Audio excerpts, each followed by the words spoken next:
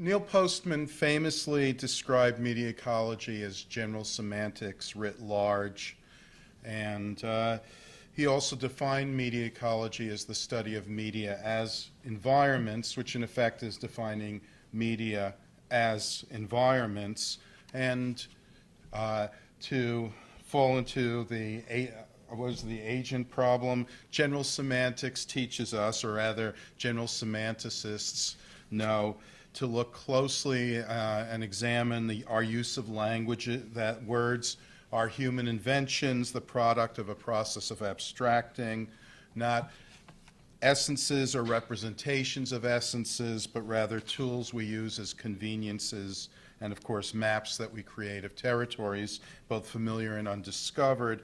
And so certainly something of interest is the question of definition, and what I want to do is take up the definition of the key term in the field of media ecology, which is the word medium, and look at its meaning.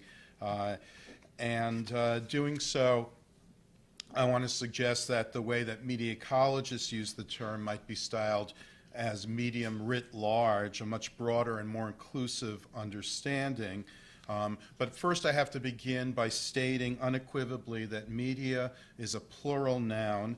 I do recognize that many today treat media as if it were a singular noun, but when it comes to a phrase like media is, Shakespeare's words come to mind. It will be proved to thy face that thou hast men about thee that usually talk about a noun and a verb, and such abominable words as no ear can endure to hear.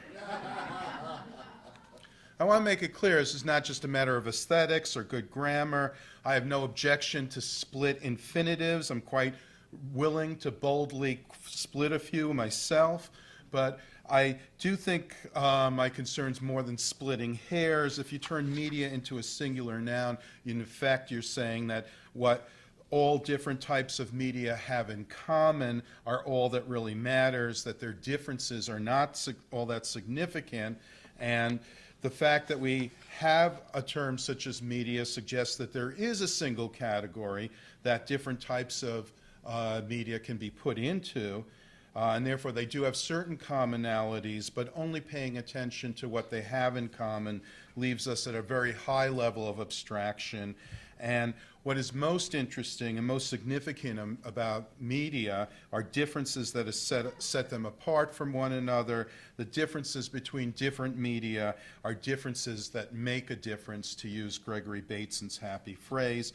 And while we're on the subject, I also resist the use of mediums as a plural noun, unless we're at a conference on seances and the occult. There's nothing wrong with using that plural form, but it reinforces the divergence and disconnect between medium as a singular noun and media as its plural.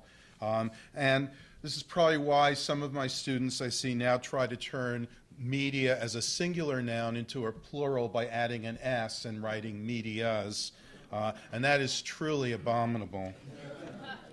But I want to begin by invoking the First Amendment to the U.S. Constitution, which was adopted in 1799, and reads, "Congress shall make no law respecting an establishment of religion or prohibiting the free exercise thereof, or abridging the freedom of speech or of the press or the right of the people peaceably to assemble and to petition the government for a redress of grievances."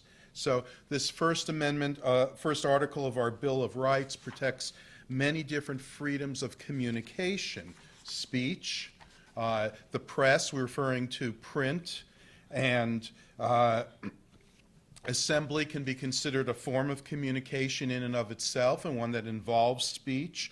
Petitions can be delivered orally or in writing, and organized religious practice typically involves both orality and literacy. But what I want to stress here is that nowhere in that First Amendment is there any mention of media.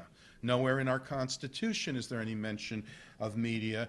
And by way of contrast, the Universal Declaration of Human Rights, adopted by the United Nations General Assembly in 1946, and this is Article 19, states, Everyone has the right to freedom of opinion and expression. This right includes freedom to hold opinions without interference and to seek, receive, and impart information and ideas through any media, regardless of frontiers. So clearly, at some point after 1791 and before 1946, we began to use the term media in its contemporary sense.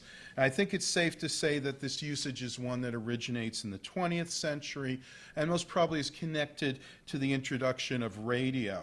In radio, a new method of imparting information from one source to many receivers, isolated from one another, rather than all assembled in one place, clearly is not a form of public speaking, as anyone understood the activity, nor were the messages disseminated by radio waves a form of the press along the lines of print media. So new terms were needed, one of them being mass communication, and with it came references to the media of mass communication, a phrase that was soon shortened to mass media, and then simply quite often to the media. Nowadays when people refer to the media, they usually mean the news media and almost always the mass media.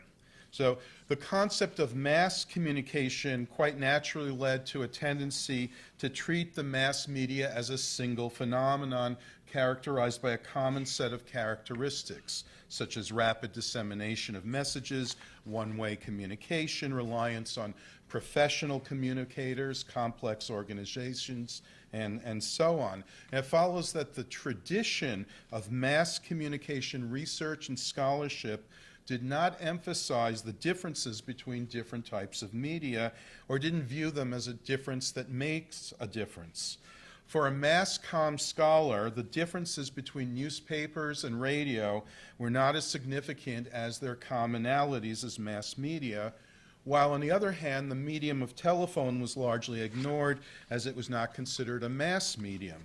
And this led, in my field of communication, to a strange gap in the scholarly literature because researchers specializing in interpersonal communication traditionally only focused on face-to-face interaction and left the subject of media to the mass comm scholars.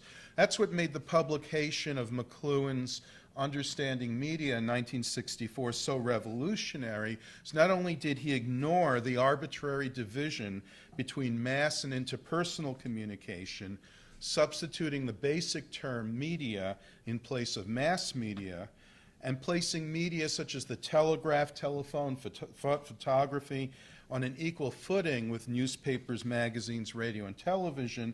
But he also argued that newspapers and radio actually have very little in common, were in many ways diametrically opposed to one another, and that radio had more in common with the telephone, for example, both as electronic media and as media that utilized the sense of hearing rather than vision. Now, in the field of communication, McLuhan inspired some scholars to begin to break down the arbitrary distinction between mass and interpersonal, and later on, the popularity of personal computing during the 80s gave rise to a new research area, computer-mediated communication. And today, the phrase mediated communication is often used to refer to interpersonal group and organizational communication. Of course, during the 90s, references to new media, digital media, hypermedia, and the like became increasingly more common, and in the next decade we added social media and even emerging media. All of these new ways of talking about media are most definitely a step in the right direction as they leave behind the old narrow association with mass media and the somewhat arbitrary distinction between mass and interpersonal, and indicate that the older, more limited ways of understanding what the term media means are no longer valid and probably never were. They do tend to suggest, however, that a medium is like a form of transportation or transmission, a pipeline through which messages are sent from one point to another. And in contrast to this transportation view, McLuhan said not transportation but transformation. His associate Tony Schwartz used the term resonance, And James Carey spoke of a ritual view in place of transportation. But the best counter metaphor is the one basic to media ecology, that media are environments, and consider the quintessential medium of television. For anyone appearing on television, the screen becomes their environment, and viewers only know them in the context of that environment. Our physical environment is also saturated with broadcast satellite Wi-Fi signals and the wires and cables that surround us indoors and out. Television sets and receivers change the architecture of our homes and the furniture inside them. I'll add that it's almost impossible to find a waiting room in a dentist or doctor's office nowadays, or an automotive service center, or any such place of business where they don't have a television playing in an effort to keep their customers entertained. It's also true of airports and the airplanes themselves, taxis now. When television was first introduced, viewers did pay attention to the medium itself, so that even a test pattern was an object of fascination, but it quickly became part of the routine of everyday life, and whatever becomes routinized fades into the background so that we no longer notice the medium and only pay attention to the content that it carries. And in this sense, the medium becomes environmental, and media constitute invisible environments.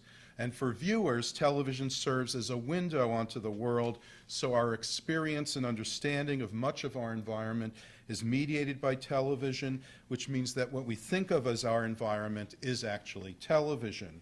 The presence of television in our society has affected and altered most of our social institutions, our culture, even our brain structure and function and hemispheres. So we live in an environment that has been redefined by television. This is true of whether we happen to watch television in any way, shape, or form or not. So what I said about television here applies to any medium, to print media, computers, the internet, and mobile devices. And the point is that there are multiple ways in which media can be understood as environments. And I'll add that the basic term medium, as something situated in the middle that exists between things, can refer to a linear connection between point A and point B, but can also refer to a substance that surrounds and pervades. So a medium can be a link between two nodes in a network, but it can also be the network in its entirety. As postmen like to put it, a medium is also the agar used to grow bacteria in laboratories, or the milk that acidophilus turn into yogurt. And we call that batch of bacteria a culture, so that a medium is an environment in which a culture lives, reproduces, grows, and perhaps evolves. And that understanding extends to media ecology. So we view cultures as existing within media environments rather than media as nothing more than a product of culture. But to understand the broader, in my view, more useful concept of media that we employ in media ecology, let me quote from a letter from Benjamin Franklin, and this isn't the first instance of this type of usage, but you know we're Americans, so, Robert. This is a letter Franklin wrote to a fellow scientist back in 1762, and he begins, "Dear Sir, I have perused your paper on sound and would freely mention to you, as you desire it, everything that appeared to me to need correction, but nothing of that kind occurs to me, unless it be where you speak of the air as, quote, the best medium for conveying sound, end quote. Perhaps this is speaking rather too positively, if there be, as I think there are, some other mediums that will convey it farther and more readily." So the term medium here refers to a substance or material through which our senses take in information about our environment. And Franklin goes on to suggest that either wood or water may in fact serve as a better medium for conveying sound. But the point is, this usage persists into the 20th century, as for example, the Austrian psychologist Fritz Heider emphasized the distinction between a thing and a medium. A thing, in his terminology, is any phenomenon that exists out in the world, in our physical reality, and a medium is what enables us to perceive that phenomenon. For example, things in our environment being visible to us through the media of air and light. In some ways, this resembles the use of the term channel in communication theory, but channel has that linear connotation, whereas medium is open to the broader sense of an environment that pervades and surrounds us. And more recently, the psychologist James J. Gibson used the concept in similar fashion to Heider, but with the understanding that we live within our media of visual perception, which allows us to perceive the surfaces within the environment, and thereby perceive the environment's affordances, that's what he called it, that is, what our environment can afford us, or offer us, provide us, furnish us with, either as a benefit or a threat. Now, applying this understanding of the term medium to media such as newspapers, radio, television, telephone, McLuhan emphasized the ways in which they extend our senses and the effect this has on the way we use our sensory organs. And this would also expand the category of media to include devices such as radar and sonar, eyeglasses, hearing aids, the telescope, microscope, stethoscope, thermometer, all manner of instruments that extend the range and capacity of our eyes, ears, and other sense organs.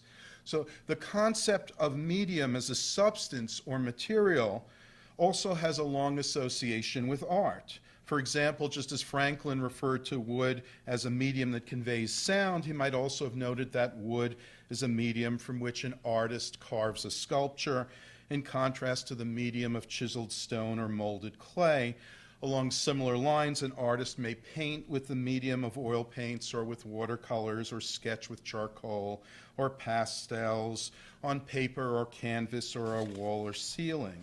So again, McLuhan recognized the close connection between art and perception, and is also influenced by Harold Innis, who connected the modern understanding of media with the more traditional concept of artists' materials, as he focused on the importance of writing surfaces in world history. So this expanded the understanding of media, which allowed us to incorporate the entire history of writing, stretching back across nearly 6 millennia, as well as older forms of notation, for that matter, the entire history of art over the past 40 millennia or so.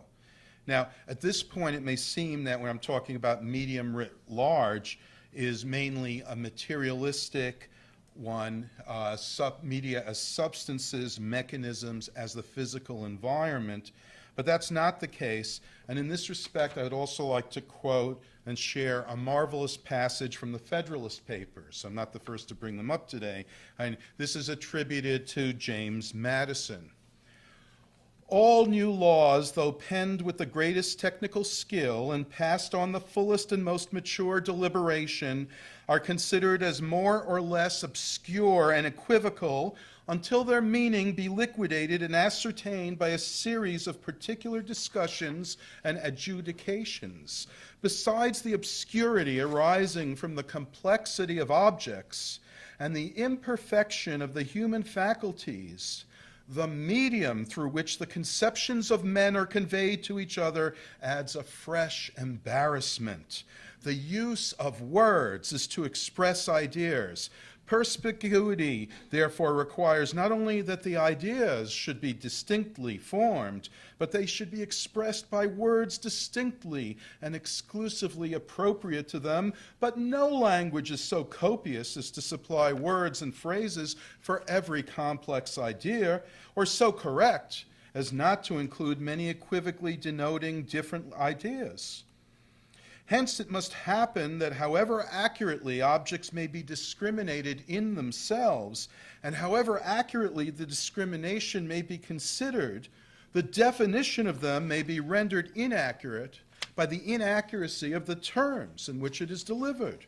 And this unavoidable inaccuracy must be greater or less according to the complexity and novelty of the objects defined. When the Almighty Himself condescends to address mankind in their own language, His meaning, luminous as it must be, is rendered dim and doubtful by the cloudy medium through which it is communicated.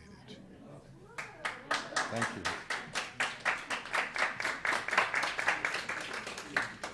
I know you want me to be done, but I've got more. Well, for additional help in this matter, I'd like to turn to the pioneering linguistic anthropologist Edward Sapir and read a passage from his 1921 book entitled Language. And he writes, "Languages are more to us than systems of thought transference. They are invisible garments that drape themselves about our spirit and give a predetermined form to all symbolic expression. When the expression is of unusual significance, we call it literature.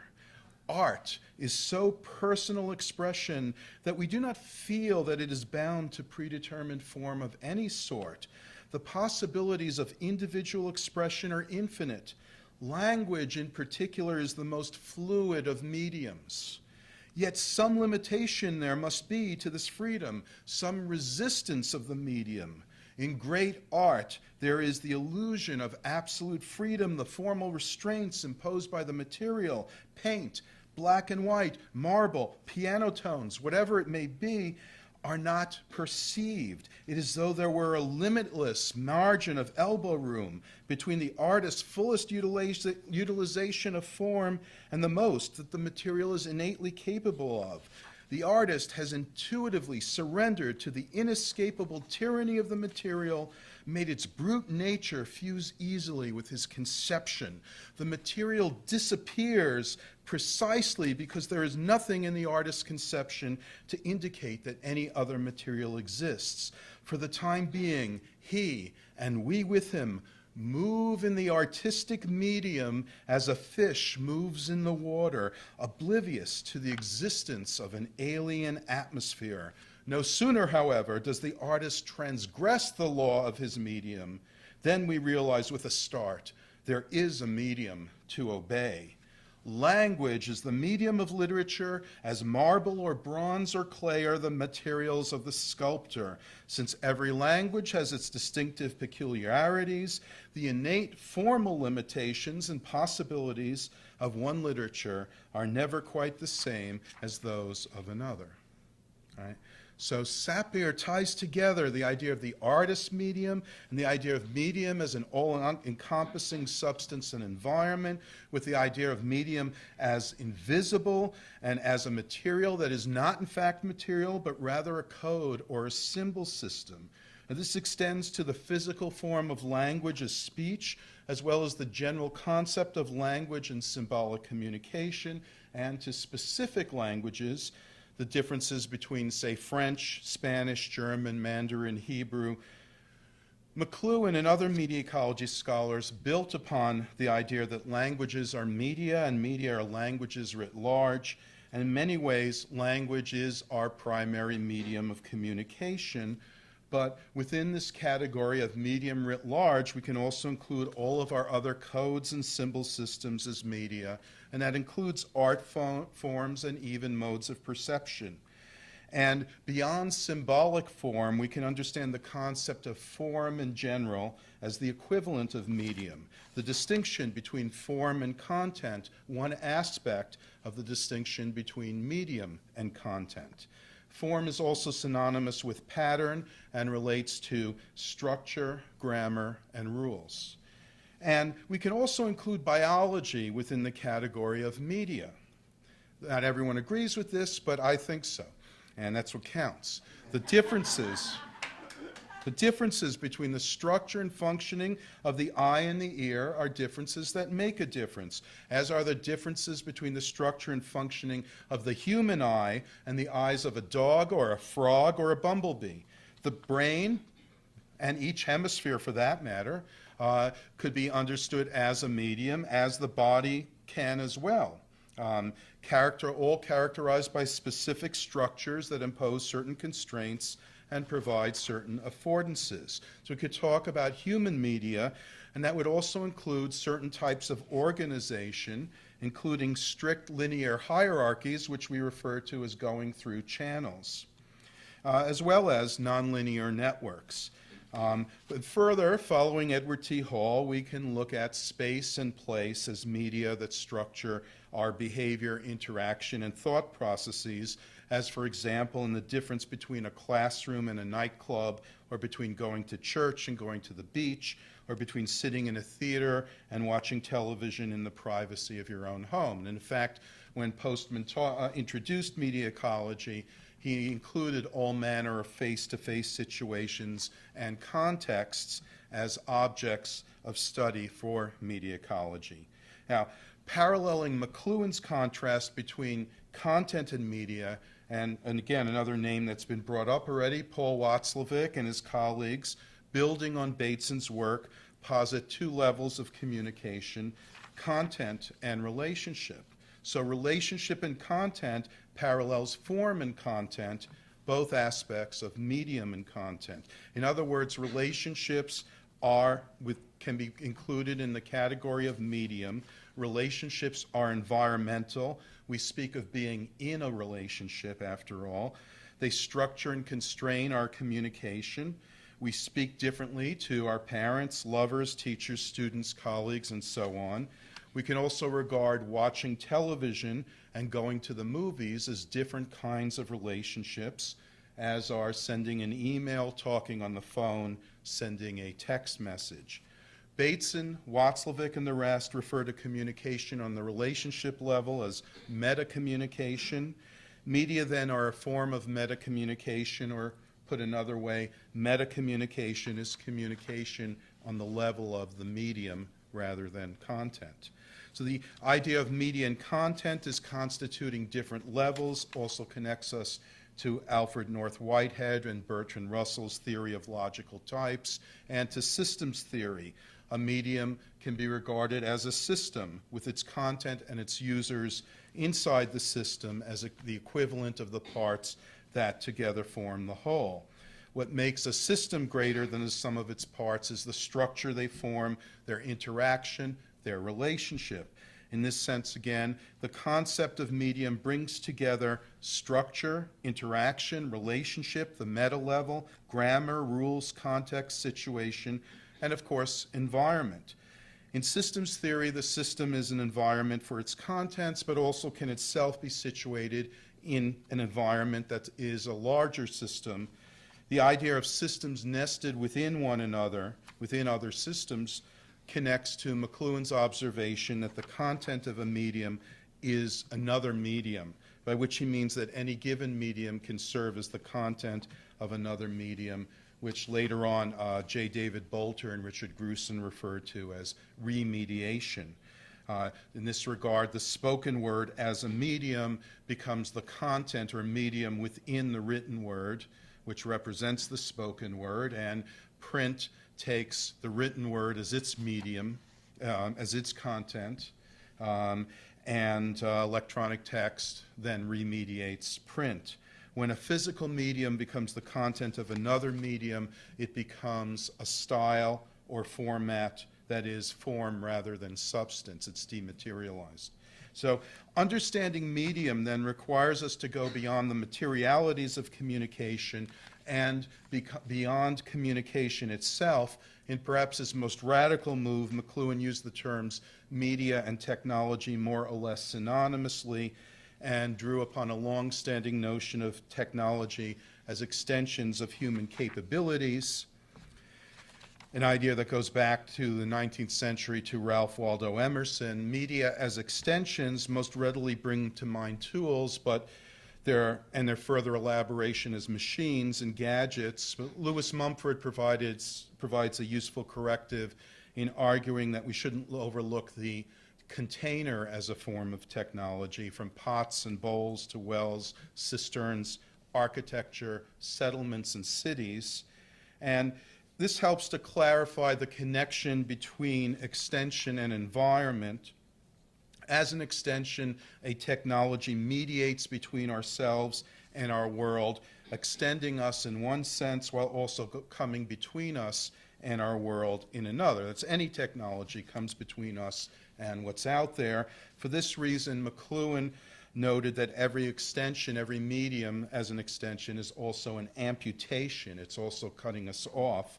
The medium that extends us also shields us from the world, and whatever comes between us and our environment, in effect, becomes our environment. In this way, McLuhan's equation of media and technology provide actually a new and very significant way of understanding technology, one that acknowledges the central role that communication, symbols play in the history of technology and in the history of the world. And we tend to think of technology in material terms, but the concept also includes technique, what we sometimes refer to as know-how. For example, the assembly line is not a machine, it's a technique that can be applied to conveyor belts or fast food counters. The alphabet is not a physical object, it's a technique that can be used in conjunction with pen and paper, movable type, electrons and photons, a stick in the sand on the beach, or for that matter, a finger writing in the air, moving through the air. A medium then can refer to any means or method, and McLuhan's famous aphorism, "The medium is the message," is actually derived from a quote by Ashley Montagu, who wrote, "In teaching, it is the method and not the content that is the message." So simply put, the term medium writ large is the answer to the question of how. And one of the basic meanings of the medium is the message is that the way that we do things has much to do with what we end up doing. And the way that we do things has much to do with what we end up with when we do the things that we do.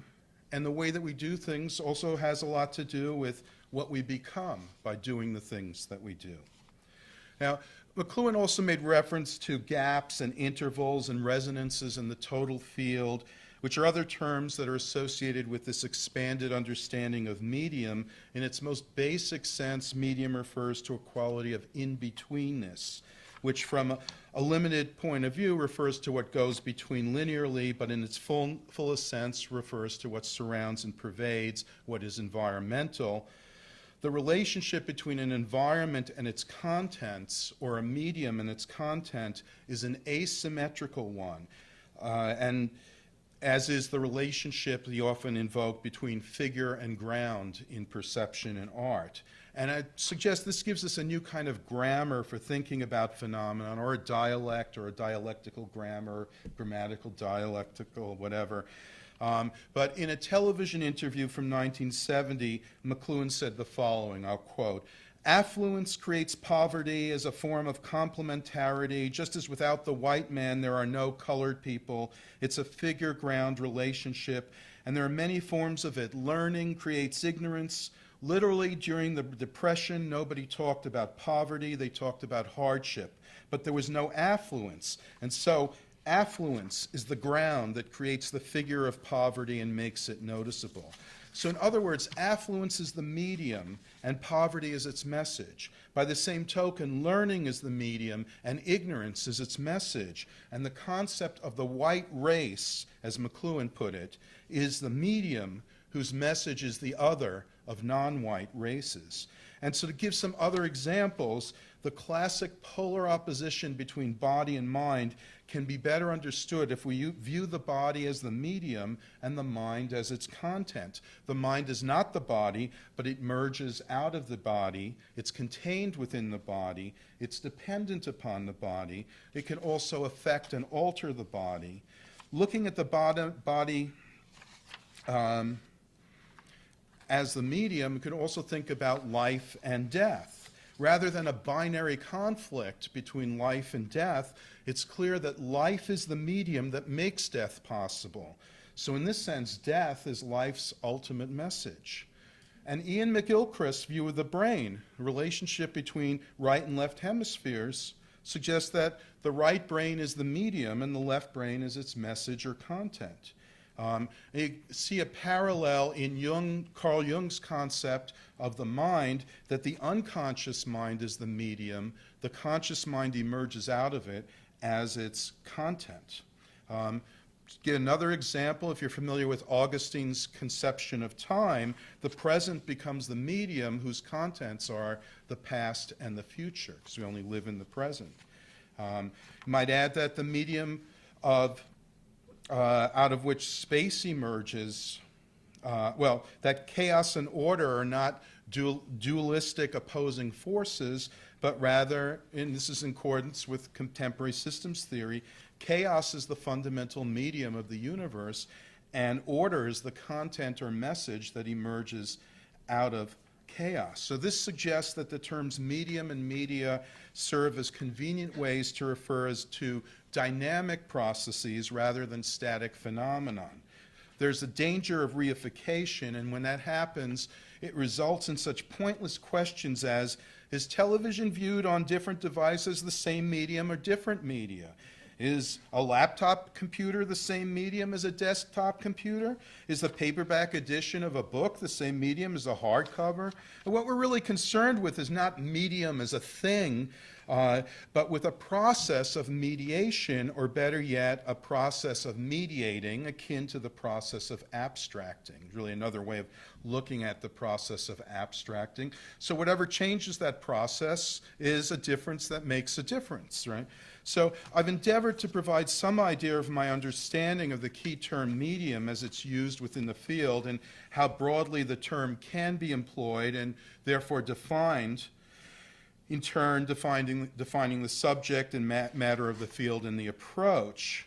And this includes, this is a list of terms that this includes. It's unavoidably incomplete, but it can serve as one kind of summary. It includes environment, communication technology, means, mode of communication, channel, link, substance, sensation, material, surface, language, grammar, rules, translation, metaphor, code, symbols, sign, form, pattern, senses, nervous system, body, place, situation, context, organization, network, relationship, meta level, system, structure, interaction, boundary, technology, technique, extension, amputation, container, interface, method, questions, how, invention, innovation, ground or background, gaps and intervals, mediation, process of mediating, middle ground, in-betweenness, and once again, environment. I begin and end the list with environment,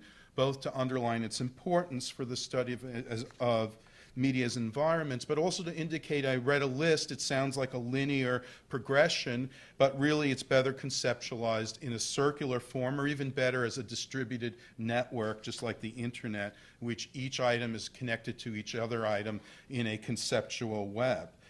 Why is this necessary? What's the purpose of bringing all of these elements together? Certainly it clarifies how media ecology is not simply a field concerned with television and the internet, but rather an approach, in my view, to understanding the human condition in its entirety. Quote Douglas Adams, life, the universe, and everything. It provides the common ground for understanding media in all its aspects, and a common basis for studying all of these disparate phenomenon, you might say a unified field approach, not theory, but approach. As an approach, media ecology is more than merely a social or cultural theory, but rather a way of understanding any given subject matter. And that is why, as far as I'm concerned, you may disagree and be wrong, but as far as I'm concerned, the concept of medium writ large is, at the very least, not abominable. Thank you.